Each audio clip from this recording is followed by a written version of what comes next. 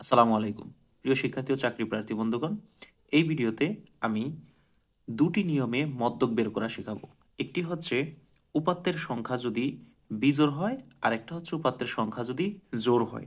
দেখুন এখানে বলা আছে 7, 9, 5, 11, 4, 8, 6 এর মধ্যক কত।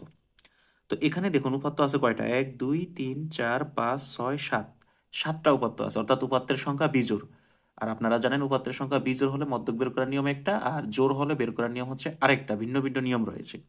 তো আমি প্রথমে দেখব বিজোড় সংখ্যা হলে কিভাবে মধ্যক বের করতে হয়।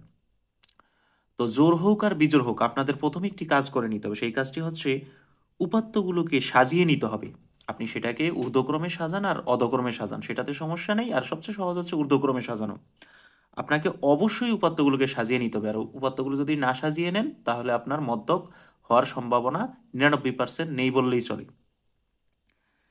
দেখুন আমরা প্রথমে কি করি, উপাত্তগুলোকে বিন্যস্ত করে পাই, অর্থাৎ সাজিয়ে পাই।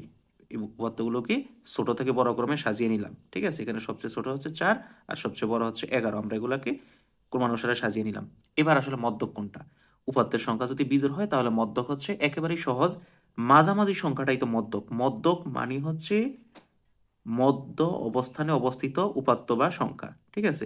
তাহলে দেখুন এই পাশে এখানে আছে 3টা আর এখানে আছে 3টা, দুই পাশে সমান সমান উপাত্ত রেখে আর মাঝে যেটা থাকে সেটাই তো মধ্যক। তাহলে এই বিজোড় সংখ্যার বেলায় আপনি কি করবেন, উপাত্তগুলোকে সাজানোর পরে দুপাশে সমান সমান উপাত্ত রেখে মাঝামাঝি যেটা থাকবে সেটাই হচ্ছে মধ্যক। তো এখানে দেখা যাচ্ছে মাঝামাঝি আছে 7, তাহলে এটার মধ্যক হচ্ছে 7। এবার দেখব উপাত্তের সংখ্যা জোড় হলে মধ্যক কিভাবে বের করতে হয়। তো দেখুন বন্ধুরা, এখানে 1, 2, 3, 4, 5, 6, 7, 8, 8টি উপাত্ত আছে, অর্থাৎ এখানের উপাত্তগুলো হচ্ছে জোড়।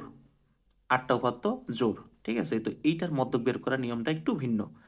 তো জোড় বিজোড় যাই হোক না কেন, আমরা আগেই বলেছি যে উপাত্তগুলোকে অবশ্যই সাজিয়ে নিতে হবে। তো আমরা সাজিয়ে নিয়েছি, উপাত্তগুলোকে বিন্যস্ত করে পাই। এখানে সবচেয়ে ছোট হচ্ছে 6 আর সবচেয়ে বড় উপাত্ত হচ্ছে 11, আমরা ক্রম অনুসারে সাজিয়ে নিলাম। এইবার যদি উপাত্তের সংখ্যা জোড় হয় তাহলে তো মাঝামাঝি কোনো সংখ্যা থাকেই না। দেখুন এই পাশে যদি আমরা 4টা রাখি, এই পাশে 4টা রাখি, মাঝামাঝি আসলে কিছুই থাকে না। তো এই ক্ষেত্রে আপনার করণীয় হচ্ছে যে মাঝ থেকে দুইটা উপাত্ত নিবে, দুইটা উপাত্ত নিতে হবে, ঠিক আছে। দুইটা উপাত্ত নিয়ে দুইটা উপাত্তকে যোগ করে 2 দিয়ে ভাগ দিতে হবে। তো আমি যদি এই পাশে 3টা রাখি আর এই পাশে 3টা রাখি, মাঝামাঝি থাকে এই দুইটা উপাত্ত, তাহলে এই দুইটা উপাত্তকে যোগ করে আমরা 2 দিয়ে ভাগ করব। তো 8-এর সাথে যদি আমরা 9 যোগ করি তাহলে হয় 17, আর 2 এর 2। এবার 17কে আমরা 2 দিয়ে ভাগ করব। এবার 17কে যদি আমরা 2 দিয়ে ভাগ করি তাহলে হয় 8.5। তাহলে এই সংখ্যাগুলোর মধ্যক হচ্ছে 8.5।